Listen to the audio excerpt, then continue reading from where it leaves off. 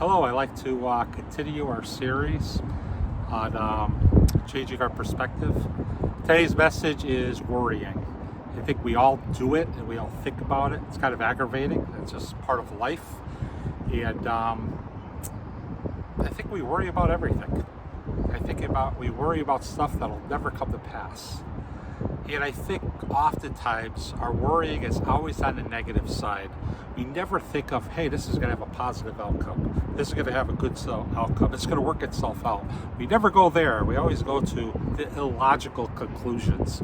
And so a couple things you can do to help you to stop worrying about, think of what is true. And what I mean by that is, instead of acting on your emotions like we all do, step back for a second and go, what is true about this situation? What is the logical conclusion without letting your mind run to the farthest extent?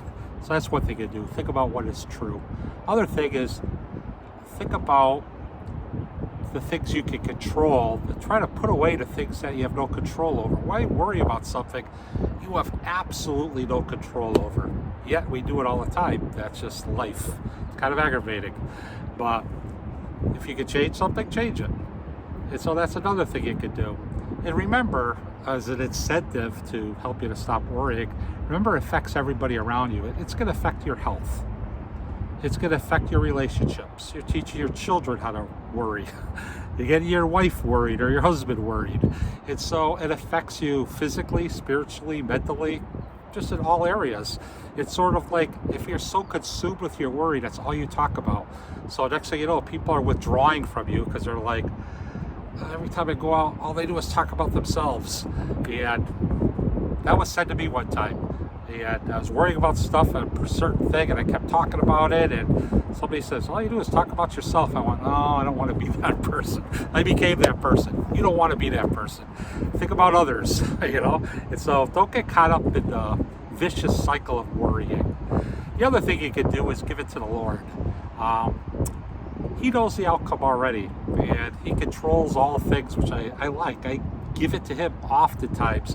A lot of times I say something stupid, and I want to take it back. I can't. It's aggravating. So what I do is I go, Lord, you heard what I said. It was stupid. Can you let that person just forget about it? Make believe they never heard it. Just take it out of their mind. I use that all the time because I always say stupid things. Probably you do too. And so that's one thing you can do.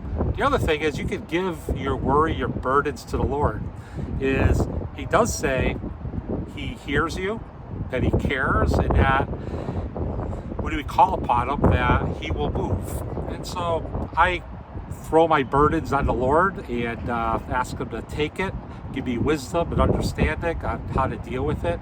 So if you're worrying today, it's easy to worry, it's harder to stop. But I would say give it to the Lord and just let Him deal with your problems. Why carry the burdens yourself? You can give it to the Lord and He can do immeasurably more than you ask or imagine.